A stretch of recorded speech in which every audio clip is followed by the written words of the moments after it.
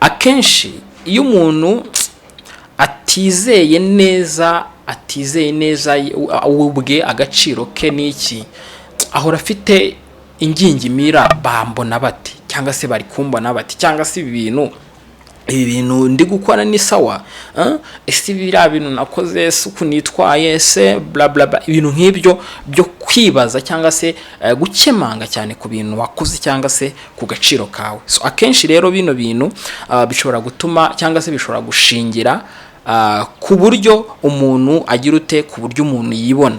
Gushima ni byiza, ariko gushimagiza nanone hari igihe biba too much, birenze rimwe na rimwe umuntu akajya nabigirira isoni, cyangwa se iyo amaze gukura niho bigaragara, atangira kwitega ko abantu bazajya bamushima cyangwa se bakamushimagiza. Nyine ubundi validation ni ugukunda gushimwagiza, to be validated, gushimwagiza. Ubundi iyo umuntu yakoze ikintu cyiza baramubona bakamushima, ariko iyo ubwe ashaka ko bamushimagiza biba byatangiye gufata indi ntera, ndetse hari n'icyo biba bisobanuye ku miterere y'uwo muntu.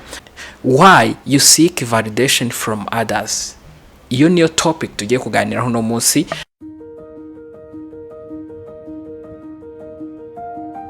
Hello, hi Rwanda, reka nongere mbasuhuze kandi mbahe ikaze kuri Muhire Psychactor. Ni channel imwe rukumbi, ni channel yanyu tugaruka ku bintu bijyanye n'ibitekerereze. Dukoresha psychology kugira ngo dusobanukirwe byinshi bigaruka cyangwa se birangwa mu buzima bwacu. Hari bitubaho, hari byo tubona ku bandi, tukibaza uko biba byagenze cyangwa se nyine tukibaza inkomoko yabyo. Hano rero kuri Muhire Psychactor nta kindi tuganiraho uretse ubuzima bwo mu mutwe, uretse imitekerereze ya muntu, uretse imyitwarire ya muntu ndetse n'imibanire. Nibisanzwe rero turagarutse mu kiganiro cyacu Psychology for Better Life. Ni kiganiro n'ubundi mukurikirana hano kuva ku wa mbere kugera ku cyumweru. Mbibutsa ko kuva ku wa mbere kugera ku wa gatanu tubagezaho ubutumwa cyangwa se ubumenyi, ariko tutareba na gutya imbona nkubone cyangwa se nyine mu buryo budakinitse bw'amashusho, ahubwo ni ibiganiro bigaruka ku ngingo zitandukanye n'ubundi zadufasha gusobanukirwa byinshi ku buzima bwo mu mutwe, byinshi ku mitekerereze, ariko mu buryo bw'ibiganiro documentaire. Hanyuma kuva ku wa gatandatu kugera ku cyumweru tuba tuganira kuri ibi ngibi n'ubundi tuganira ku ngingo zitandukanye. Ni mu gace ka Psychology for Better Life, ariko by'umwihariko aho tugaruka ku tuntu dutanu n'ubundi tugufasha gusobanukirwa. Tubyita ibikoresho cyangwa se udukoresho tugera kuri dutanu twagufasha kumenya cyangwa se gusobanukirwa zimwe mu ngingo zimwe na zimwe zibaho cyangwa se zifite aho zihuriye n'imitekerereze ya muntu. Ngayo nguko rero nuko nguko tubigenza. Nizere ko wamaze gukora subscribe, niba utarayikora wayikora cyangwa se ukaza kuyikora nyine ukabyibuka kugira ngo ntugacikanwe cyangwa se ubumenyi cyangwa se ubutumwa dusangira ntibukagucike. Nk'ibisanzwe nge ndi Muhire Psychologist, ibyo mbasangiza nanjye narabihawe, narize, hanyuma na experience umuntu agenda agira mu byo duhura nabyo mu buzima bwa buri munsi, abo dufasha, ibyo ducamo, ibyo dusoma, byose ubu butumwa nyine niwo muhamagaro wanjye no kubibasangiza namwe mukagira ubuzima bwiza. Munyemerere twinjire mu gice cyacu cyangwa se muri topic y'umunsi. Ikintu tugiye kuganiraho uno munsi wa none, hari igihe sinzi niba byaragiye bikubaho cyangwa se kabibona kuri mugenzi wawe. Hari igihe rero umuntu yisanga ari gushaka ko abantu bamushima, abantu bamubone ko yakoze ibintu bikomeye, abantu bamubone ko yageze ku bintu bikomeye. Donc icyo bita validation. Tugiye kurebera hamwe impamvu zigera kuri 5 ushobora kumva cyangwa se kwitega ugushimwa cyangwa se guhabwa credit, nimba ariko nabyita, kuri buri kantu kose ukoze ukumva buri muntu cyangwa se abantu bagushima. Kuki bikubaho? Kuki ubibona kuri mugenzi wawe kandi mu buryo budasanzwe? Ngira ngo ahangaha bundi kwitega ko abantu bashobora kugushima ni ibintu bishobora kuba cyangwa ntibibe bitewe nuko nyine situation imeze cyangwa se bitewe n'ikiri gutuma abo bantu bagushima. Rero hari igihe umuntu yisanga ahora ategereje ko abantu bamushima, yaba ku gato yaba ku kanini agahora ategereje ko abantu bamushima. Ese ibi byaba biterwa n'iki? Hari aho byaba bihuriye n'imitekerereze ifite ikibazo cyangwa se n'imimerere irimo ikibazo? Ese byaba bihuye cyangwa se byaba bifite aho bihuriye n'ibyo umuntu yanyuzemo? Byaba bifite aho bihuriye n'ibyo umuntu ari gucamo? Se byaba bifite aho bihuriye n'umubano cyangwa se izindi mpamvu zitandukanye turi buze kurebera hamwe? Ntucikwe. Hanyuma bwa nyuma na nyuma tuhita turebera noneho hamwe icyo gukora. Ubundi niba biteje ikibazo cyangwa se bikubangamira mu buzima bwawe bwa buri munsi, wakora iki? Ntuze kuva hano, ugumane nanjye, ntago dutinda, turaje turebere hamwe utuntu tugera kuri 5 ukwiye kuzirikana cyangwa se ukwiye kumenya ku mpamvu umuntu ashobora gushaka validation, gushimwa, kugaragara mu bandi. Jewe ndi Muhire nk'ibisanzwe, ndi Muhire psychologist. Hanyuma nkwibutse gato ya mbere yuko ngaruka mu kanya tubahuza n'inzobere mu by'imitekerereze. Murambabwira ko gushaka umutherapist cyangwa se kuvugana n'inzobere ntago ari ibintu bigenewe umuntu wamaze kurwara bikomeye, ahubwo buri muntu wese ufite ibitekerezo, buri muntu wese ufite ubwonko abakeneye kubona n'umutherapist bakaganira ku buzima, bakaganira ku bushobozi bw'umuntu cyangwa se uwari we. Umuntu akimenya, umuntu akamenya ibimubaho biterwa n'iki, kuki niyumva gutya, kuki mbanye n'akanaka cyangwa se n'abagenzi banjye muri ubu buryo. By'umwihariko rero igihe harimo ibibazo noneho binakubangamiye, bibangamiye ubuzima bwawe bwa buri munsi, akazi n'ibindi byose, ni ngombwa gushaka therapist. Rero ikigo M250 Group Limited n'ubundi kirahari kugira ngo kibibafashemo. Ni ikigo cyaziye igihe cyangwa se n'ubundi gishingiye ku bantu bafite ubumenyi, bagufasha gusobanukirwa ikibazo ufite, hanyuma cyangwa se gishobora kuba ikibazo cy'uburwayi cyangwa ikindi kibazo, hanyuma no kugiha icyerekezo, orientation. Bakakubwira bati ukeneye kuvugana wenda n'umu couple therapist cyangwa se n'umu individual therapist cyangwa family therapist, cyangwa se ukeneye kuvugana n'undi muntu umeze gutya muri ubu buryo cyangwa ubu n'ubu counselor. Donc kubera ko akenshi inzobere mu bijyanye n'imitekerereze ya muntu bagiye barimo ibyiciro bitewe n'ikibazo umuntu ashobora kugira.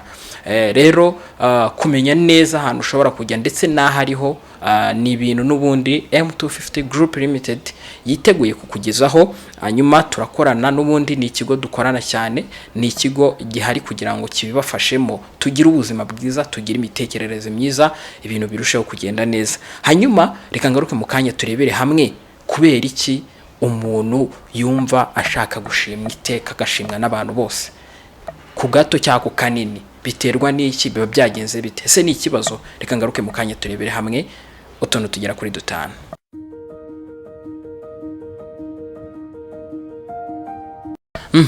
Reka twinjiremo rero. Hanyuma nahoze mbibabwira nyine, bibaho umuntu akumva yashimwa. Hari igihe uba wakoze ikintu gifatika bigaragara, ukumva washimwa rwose, ukumva abantu babibona, bakakubwira bati wow, you did a great job. Hari n'igihe rero utanakora n'ibintu bihambaye cyangwa se bikeneye ko n'abantu bagira icyo babivugaho cyangwa se bagukomera amashyi, ariko wowe ukumva icyo ukoze cyose ukumva abantu bagushima, babibona, abantu bagira icyo bavuga ku kintu wakoze cyangwa se ku cyo wagezeho. Ibi rero bifite inkomoko, bifite impamvu bibaho. Ni nazo ngiye kubabwira. Impamvu ya mbere ukwiye kuzirikana cyangwa se kumenya kuri ino ngingo, sinzi ukuntu nabyita, ariko hari igihe umuntu aba ari muto, ari gukura, ntabone abantu bamubwira bati wow, bamubwira bati felicitation, bamubwira bati ukoze akantu keza. Donc nta wakubonye, I mean you didn't feel seen, ntago wigeze wumva ko hari uri kukubona. So mu bwana bwawe rero igihe wumvishe nta muntu uri kukubona, mu gihe wakuraga, akenshi iyo umaze gukura ufite buri kimwe cyose cyatuma abantu bakubona, wumva iteka bagerageza kubigaragaza ko bakubonye, bagukomera amashyi, bakubwira bati turakubonye ukora akantu keza. So iteka rero iyo uno muntu utarigeza akura abona cyangwa se yiyumvamo ko hari abantu bari kumubona, iyo ari gukura cyangwa se yari amaze kuba umuntu mukuru, akenshi aba afite inyota yo kugaragara, aba afite inyota y'uko abantu bamubwira ngo iki kintu wakoze twakibonye, aba afite inyota yo kuvuga ngo y'uko abantu bamubwira bati wow, wabikoze neza. Hari umuhanga witwa Carl Roger yasobanuye ikintu bita yasobanuye igihe urukundo nyine rufite kondisiyo kwa igihe umuntu agukunda cyangwa se akakwitaho igihe hari icyo igihe uri kuzuza ibyo ari kugusaba, akenshi bituma wumva ko ukwiye kugira icyo ukora kugira ngo abantu bagushime cyangwa se bakubone. Nimba warakuze bakubwira bati kugira ngo tugushime nuko uzatsinda, kugira ngo tukubone cyangwa se tuguhembe nuko uzatsinda, uzakora uri buze gukora aka kantu neza. Ababyeyi bajya babigira, ugasanga umubyeyi abwiye umwana ati nuza gukora ibi ndaza kugushima, ndaza kugugurira kanaka. Donc iteka ryose nabyo ni ibintu byiza kubera ko guhemba umwana ntacyo bitwaye, ariko iteka iyo umushima ari uko hari icyo yakoze, akenshi hari igihe bimera nk'aho ari kondisiyo nyine agomba kubana nayo iteka akajya ahora yumva ko iteka buri kintu cyose akoze agomba gushimwa cyangwa se agomba kugaragarira mu maso y'abantu ko icyo kintu yagikoze. Ibi rero bituma niyo umwana amaze gukura, amaze kuba umuntu mukuru, ya validation ahora yishaka, kwa kugaragara, kwa kugira ngo abantu babone ibyo yakoze ko yabikoze nyine, iteka ahora agira ate ahora abishaka, bifitiye inyota. Akenshi rero ntago umuntu aba arajwe ishinga no kugira ngo abantu bamureba, ahubwo abakeneye kuba connected, bamushima ariko nanone babe babizi ko ari umuntu wakoze ibyo bintu cyangwa se uhora abikora. Gushaka iyi connection hagati y'umuntu nyirubwite n'abandi bantu, akenshi biba byaratewe nuko yakuze cyangwa se ntago nyine yigeze agaragara, ahubwo yagaragaraga ari uko yakoze ibintu bamutegetse gukora. Ibi rero ni ibintu bishobora gutuma umuntu ashaka validation, ashaka guhora agaragara cyangwa se ashimwa mu byo yakoze byose. Impamvu ya kabiri ushobora kwibona cyangwa se uri kushaka validation cyangwa se gushimwa cyangwa se kugaragara imbere y'abandi bantu, ni ukubera iki kintu: your self worth is built on performance. Agaciro kawe, kumva ufite agaciro, kumva like hari icyo umaze cyangwa se hari icyo ushoboye, akenshi biba byarubakiwe ku gutsinda, ku gukora neza. Nibyo navugaga hejuru, hari igihe ababyeyi bashima abana ari uko bazanye amanota meza, cyangwa se umwana ukamubwira ko ari mwiza, ukamubwira turi mwiza bitewe n'uko ateye n'imiterere cyangwa se n'isura ye, cyangwa se ugahora nyine umwereka ko ari mwiza, nta n'ikindi kintu kimusumba cyangwa nta n'undi muntu umurusha ubwiza, ugahora ushima impano ye. Rimwe na rimwe bikaba n'ikibazo igihe atari kubikora cyangwa se atari kujya mu murongo yashimwemo. Hari igihe umwana aba afite impano, nibyo ni na byiza kumushima, cyangwa se rero guhora nimba nabyita gucinya inkoro, nimba nabyita kumureshya, niba nabyita kumushimira cyane bikabije, guhora umushimagiza reka nkoreshe gushimagiza kugira ngo wumve uburemere bwabyo. Gushima ni byiza, ariko gushimagiza nanone hari igihe biba too much, birenze. Rimwe na rimwe umuntu akajya anabigirira isoni, cyangwa se iyo amaze gukura niho bigaragara, atangira kwitega ko abantu bazajya bamushima cyangwa se bakamushimagiza nyine. Ubundi validation ni ugukunda gushimwagiza, to be validated, gushimwagiza. Ubundi iyo umuntu yakoze ikintu cyiza baramubona bakamushima, ariko iyo ubwe ashaka ko bamushimagiza biba byatangiye gufata indi ntera, ndetse hari n'icyo biba bisobanuye ku miterere y'uwo muntu. Niyo mpamvu rero akenshi iyo umwana mu bwana bw'umuntu yakuze afite impano ni byiza, ariko iyo ashimagizwa cyane nanone hari igihe bigira biba ikibazo. Obedience, kubaha umwana ugendera ku mategeko cyane, wumvira, nibyo ni byiza, ariko guhora umushimagiza imbere y'abandi bana kubera ko yitonda cyangwa se kubera ko yubaha, kumushima ni byiza, ariko kumushimagiza nanone bishobora gutuma iyo amaze gukura cyangwa se amaze kugira ahagera ahora byiteze ko bizaba cyangwa se bishobora kuba. Success iyo umuntu ageze ku nsinzi akenshi turi kuvuga mu bwana kuko ibi ngibi niho bikomoka, agaciro k'umuntu iteka igihe rero agaciro k'umuntu kubakiye kuri ibi bintu, gutsinda, ubwiza, impano, kubaha, kugera ku byiza nyine, akenshi bituma iteka ahora yiteze ko bamushimagiza cyane. Icyo ni ikintu cya kabiri. Ikintu rero ukwiye kumenya, iyo umuntu ibi bimubaho mu mitekerereze ye, ahora yumva afite agaciro cyangwa se ari umuntu uhambaye iyo gusa iyo nyine iyo hari ibyo yagezeho, bari byo ariko nabivuga, no vuga ngo iteka yumva yishimye cyangwa se atewe ishema nawe ubwe igihe hari uko yagize performance nziza, igihe yakoreye amafaranga akayabona, ariko urumva natayabona ukuntu bizagenda. Akiri muto yaratsindaga agashima, amaze gukura arakoze nta kintu aronse, ni hahandi rero iteka umuntu yisanga ari mu bindi bibazo nk'agahinda n'ubwoba cyangwa se n'ibindi bibazo.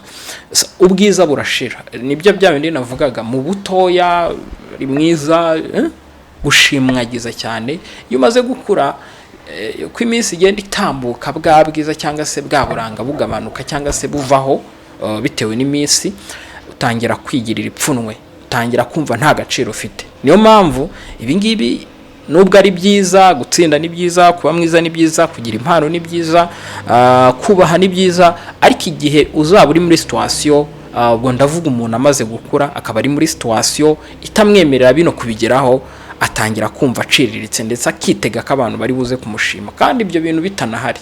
So urumva ni ibintu bikomeye cyane, ni ibintu ndetse bishobora guteza ibindi bibazo byinshi. Ikintu cya gatatu cy'ingenzi ukwiye kumenya ku mpamvu umuntu ahora ashaka gushimwagiza cyane, gushimwagizwa, ni nuko hari impamvu yitwa fear of rejection, gutinya gutabwa, gutinya kutitabwaho, gutinya kutagaragara. Fear of rejection cyangwa se gutinya gutabwa, kurekwa, ni ikintu abantu benshi batinya, ariko nanone kiba cyarashingiye n'ubundi muhahiseho umuntu. Ubundi hari abashakashatsi nk'umushakashatsi witwa Abraham Maslow, we yavuze ko urukundo no kuba uri hafi y'abantu, kuba ukikijwe n'abantu, kuba usabana n'abantu, kuba nyine belonging, like abantu bakwitaho, bakugaragariza urukundo, ni ibintu umuntu akenera. Nta muntu wanga gukundwa kameme, nta muntu wanga ko abinshuti n'abantu like abantu bamushagaye, abantu bamukunda nyine. Ibi ngibi ni ibintu bisanzwe, ni ikintu buri muntu wese akenera. Niyo mpamvu ubwonko ntago bukunda rejection. Ubwonko bufata rejection nk'umwanzi ukomeye. Kwangwa cyangwa se kurekwa ni ikintu ubwonko butishimira. Uko byamera kose, nubwo rimwe na rimwe abantu bahemukirwa, ariko nta muntu iteka wumva ko ataba kumwe n'abantu cyangwa se ngagaragarizwa urukundo. Akenshi rero iyo ibikunze kugaragarira wenda mu bikorwa dukora, ushobora nko gupostinga ikintu kuri social media ukagishyiraho, uzabibona uba witeze ko abantu bari buze kuguha like, baze gukunda kuri icyo kintu washyizeho cyangwa se ibyo wavuze. Nanjye ikiganiro uko like ziyongera cyangwa se views na comment, niko numva ndi kumwe namwe, niko numva ibintu bimeze neza. Ariko iyo ari nkeya numva bimbangamiye. Ni ukubera iki? Ni ukubera ko dutinya kuba rejected, dutinya kurekwa cyangwa se kwangwa cyangwa se kutahabwa umwanya cyangwa se kutereka urukundo. Niyo mpamvu rero umuntu ashobora kwisanga ategereje ko abantu bamuvalidatinga cyangwa se bamugaragariza urukundo, bamushima, bitewe nuko ntago aba yishimye, nta nubwo abatekanye iyo nta muntu uri kubimwereka. Rero nanone urundi rugero, hari ukuntu umuntu agenda yubaka ibintu yiganiriza akavuga ati uko biri kose ibi bintu byakagenze gutya, cyangwa se ugiye guhura n'umuntu utangiye kwimagine uburyo cyari buze kugufata, cyangwa se mu nzira ugenda utekereza uburyo cy'abandi bantu bari kukureba, ukuntu bari kugushima, cyangwa se ufite ikiganiro n'abandi bantu. Nkanjye wenda ngenda nkavuga nti iki kiganiro niza kugikora abantu barareacting nyine wowe ugakora abantu babiri mu bitekerezo byawe bakuganiraho kandi ukishyira mu mwanya mwiza aho uvugwa ibyiza. Akenshi umuntu ku muntu utari wowe iyo bari kukuganira akenshi bashaka kuvuga ibibi, ariko iyo wiganiriza mu bitekerezo byawe mu nzira ugenda akenshi wivugaho ibyiza cyangwa se wigaragariza ibyiza. Akenshi rero kugenda dutekereza uko abantu batubona cyangwa se ibyo bashobora kutuvugaho nuko ubwonko nyine ubwabwo buri guproteja buri kwiproteja cya kintu cya rejection cyangwa se guhezwa. Dutinya guhezwa rero, niyo mpamvu kugutinya guhezwa akenshi tuba twiteze ko abantu batugaragariza ko batwitayeho cyangwa se badushime. Ikintu cya kane cy'ingenzi, ikintu cya kane ukwiye kumenya kuri ino ngingo, impamvu abantu bakunda kuhabwa umwanya cyangwa se gushimwagizwa cyane, ni social media amplified validation habit. Ino si turimo y'imbuga nkoranyambaga ku mihanda.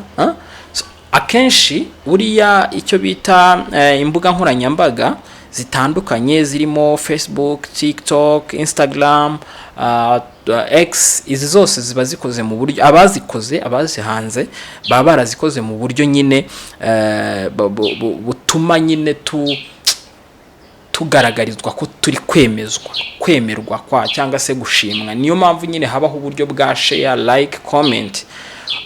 Ikintu bita share, like, comment ni ingingo ituma abantu baguha message ku kintu ushyizeho cyangwa se bakwereka ko muri kumwe. Uvuga ngo buriya buryo butariho ntago wajya umenya ngo iki kintu nashyizeho ubundi cyakiriwe gute, ariko iyo wabonye cyasangijwe n'abantu benshi, cyavuzweho n'abantu benshi, cyakunzwe n'abantu benshi, ni ibintu nyine nawe bikuremamo kumva nyine uri umuntu wa danger, uri umuntu w'agaciro cyangwa se uri umuntu w'ingirakamaro, influencer. Ibi rero ni ikintu ukwiye kumenya kuri ino ngingo, kubera ko nanone hari bya bindi twabonye biri karemano umuntu acamo cyangwa se afata mu gihe cyo gukura, ariko ni ngombwa kunamenya ko n'imbuga nkoranyambaga ubwazo zishobora gutuma kino kintu cyo bandebe banshime kigira ute gikura muri wowe, mu mibereho yawe, mu marangamutima yawe, mu bitekerezo byawe kigakura, bitewe nuko izi mbuga nkoranyambaga nyine nazo zirabyongera cyangwa se zikabigiramo uruhare rudasanzwe. No kuvuga ngo rero njya mbibaganiriza ibintu bya dopamine, iyo ziriya message cyangwa se ubonye ama message menshi bakwandikiye comment, bakunze, like, buri move cyangwa buri gikorwa cyose gikozwe gituma ubwonko burekura wa musemburo nababwiye witwa dopamine. Dopamine rero ni umusemburo wo kumva twishimye, ni n'umusemburo wari like kumva dushimwe cyangwa se hari umusaruro tubonye ku kintu twakoze. Ibi rero ni nabyo bituma dukomeza, ugakomeza ugapostinga cyangwa se ugakomeza ugakora bya bintu bituma abantu bagira ute bakureba. So iyo niyo mpamvu nyamukuru akenshi nyine izi mbuga nkoranyambaga nazo zishobora kugira ute zishobora kugira uruhare kuba abantu bifuza kurebwa cyangwa se gushimwagiza cyane, cyangwa se external confirmation, kwemerwa muri society, kwemerwa kuri social media, wabona wakunzwe cyane. Iyi ntago ari weakness, ahubwo nyine ni condition. Akenshi nyine murabizi ko bishobora no kuzana icyo bita addiction, kubera ko kubikoresha kenshi rimwe na rimwe bishobora no kukubata, kubera cya kintu cyuko uri kubona ibigusubizamo imbaraga zo gukomeza kubikora, ugasanga ibintu bijute bikomeje kukuryohana cyane, nawe urabikomeje. Ikintu cya gatanu ari nacyo cy'ingenzi ngira ngo uze gusiganana cyangwa se ufate isomo, you don't yet fully trust yourself. Iyi ni impamvu ikomeye ishobora gutuma umuntu ahora ashaka abantu bamushimagize, bamugaragarize ko bari kumureba cyangwa se bamubwire bati wow, twabibonye ibintu wakoze ni na byiza, abe validated nyine. Akenshi iyo umuntu atizeye neza ubwe agaciro ke niki, ahora afite ingingimira, bambona bati cyangwa se bari kumbona bati cyangwa se ibintu ibi bintu ndi gukora ni sawa, ese biriya bintu nakoze, ese uku nitwaye, ese bla bla bla, ibintu nk'ibyo byo kwibaza cyangwa se gukemanga cyane ku bintu wakoze cyangwa se ku gaciro kawe. So akenshi rero bino bintu bishobora gutuma cyangwa se bishobora gushingira ku buryo umuntu agira ute, ku buryo umuntu yibona. Bino bivuze iki rero? Hari igihe umuntu atinya kuba judge cyangwa se kujorwa cyangwa se gucirirwa urubanza. Ushobora kuba ufite akantu uri gukora, tuvuge wenda mfite iki kiganiro, iyo maze kugikora nsigara nibaza ese ubona bikoze neza, ese bigiye kugenda neza, ese bla bla. Ibyo byose bishobora gutuma akenshi bituma uhora ukemanga ku bushobozi bwawe, cyangwa se nyine uhora witeze ko abantu bari buze kugira ute, abantu bari buze kugushima mu buryo bumwe cyangwa se ubundi. Hanyuma nyine iyo wibaza ngo abantu babibonye gute ibyo wakoze, cyangwa se babivugaho iki, cyangwa se nyine ukitega icyo uko babifashe cyangwa se uko babibonye, akenshi nyine uku kwishidikanyaho bishobora gutuma nyine rimwe na rimwe bigabanya cya cyizere wigirira. Ikinyuranyo cyabyo ni ukwigirira icyizere. Ubundi nyine ushobora kwaka inama, ushobora kubaza umuntu, se ubona wenda iki kiganiro ngikora gute, se ubona kano kazi nkakora gute, se ubona bino bintu like mbikora neza cyangwa mbikora nabi. Ntacyo bitwaye, ariko bitandukanye no kugira ute, no gukenera ko ukagenda ubaza umuntu nabemeje. Urumva ibyo bibazo biratandukanye. Kugenda ukabaza umuntu uti ese iki kiganiro ubona ngikora neza, ese aka kazi ubona ngakora neza, ese ubona nta kindi nakongeraho, ubona byagenda gute, ese ubibona ute. Bitandukanye no kugenda ubaza umuntu nabakomye, nabemeje. Muri make uyiteze ko ari buze kukubwira ko wabemeje. Iteka nakubwira ko utabemeje cyangwa utabakomye, bizasigara bikubangamira muri wowe. Niyo mpamvu aba ari ikimenyetso cy'uko ntago wizeye ko ubushobozi bwawe, muri make imbaraga zawe cyangwa se ibyo ushobora gukora, ntago wizeye ko bishobora kugaragara neza cyangwa se kuba ari byiza. Rero ikintu ukwiye kumenya nuko ahubwo kwigirira icyizere, buriya iteka umuntu uri gutangira cyangwa se uri kugerageza kugira ibyo akora, iyo wahawe umwanya wo kubikora cyangwa se iyo wagize ayo mahirwe yo kuba wabikora, icyo ubusigaranye cyonyine ni ukwigirira icyizere. Uko wigirira icyizere bigabanya ko uhora witeze ko abantu baza bakubwira nimba wabemeje cyangwa se wabikoze neza. Iyi validation addiction, kumva iteka abantu bahora baza bakubwira ngo wabikoze neza, hari igihe ubikikemanga cyangwa se ugishidikanya ku bushobozi bwawe. Ubundi uburyo bwa nyabwo, igirira icyizere, nubikora neza bazabikubwira, nubikora nabi bazakubwira bati hinduraho gatoya, bigenze gutya, usange ibintu biri kurushaho kugenda neza cyane. Ngana ku musozo w'iki kiganiro, kuba abantu bagushima cyangwa se batagushima, akenshi iyo uri gutanga umusaruro biba byiza nyine umuntu yagushimira akabwira ati wabikoze neza. Ariko niwumva witeze ko cyangwa se ukanabishyiramo imbaraga mu kubanza kumenya ko hari uburyo abantu babibonye cyangwa se ibyo wakoze babishimye cyangwa se bari bubishime, akenshi iyo bitabayeho, iyo byiteze ntibibeho, ni handi uzumva ubabaye, uzumva ufite agahinda cyangwa se ukanashidikanya ku bushobozi bwawe. Rero iteka bino biba ari ikimenyetso cy'uko amarangamutima yawe cyangwa se imimerere yawe, uburyo bwo kumva umeze neza buba butahagije. Uba ufite icyuho mu marangamutima, ufite icyuho cy'impora nshaka ko abantu banshima, urabiharanira ukanabazwa. Ibi ngibi babiri kugaragaza ko hari icyuho kiri muri wowe gishingiye ku marangamutima yawe, gikeneye kuzuzwa. Ko gushaka validation cyangwa se ko abantu bagushima, iyo ubibonye wumva utuje, wumva umeze neza. Bishatse kuvuga iki rero? Kubera ko akenshi bino ntago ari ibintu ubundi ugomba guharanira ngo abantu bagushime ngo bagire icyo babivugaho. Niba ari ibintu wakoze bwabyo bibivugira, umuntu azagushima. ariko nugenda ngo umusabe ko agushima ntagushime uzababara.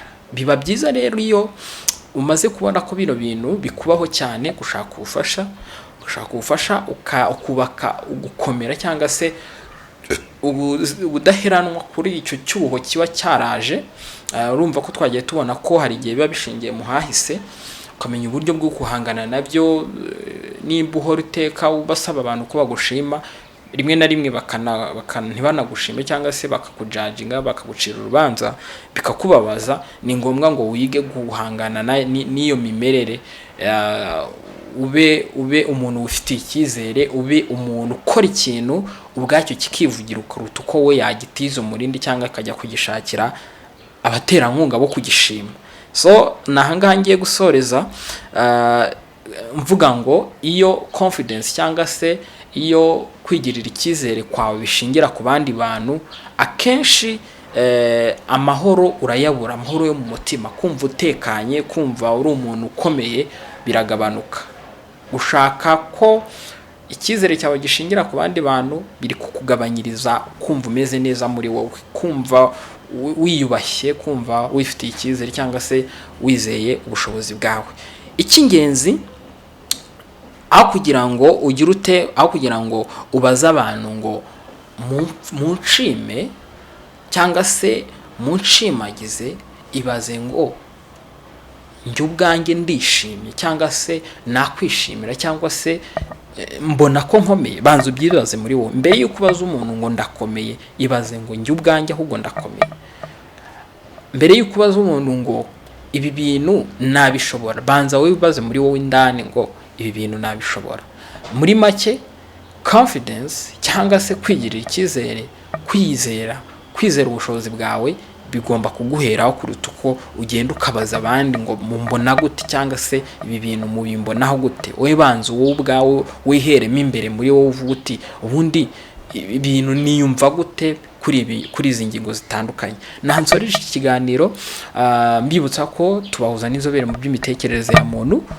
Ubaye ukeneye kuvugana n'umutherapist kuri iyo myitwarire rimwe na rimwe bicanganye cyangwa se iri kudutera ibibazo, nyuma ukeneye kuvugana n'umutherapist watwandikira cyangwa se ukaduhamagara unyuze kuri address tuba twashyize muri description. Ni ikigo M250 Group Limited. Tubagezaho ibi biganiro ku bufatanye nacyo kugira ngo dukomeze kwimakaza cyangwa se gushyigikira cyangwa se guteza imbere ubuzima bwo mu mutwe bw'Abanyarwanda. So rero twiteguye kugufasha, tukakwakira, tukagusobanurira, hanyuma tukanagufasha kubona inzobere therapists zishobora kugufasha cyane, ubuzima bukagira ubuzima bukamera neza. Nge rero nari Muhire psychologist. Reka ngushimire ko waneze amatwi, ariko ntugende udakoze subscribe kugira ngo n'ubutaha ibiganiro ntibizagucike. Ciao ciao.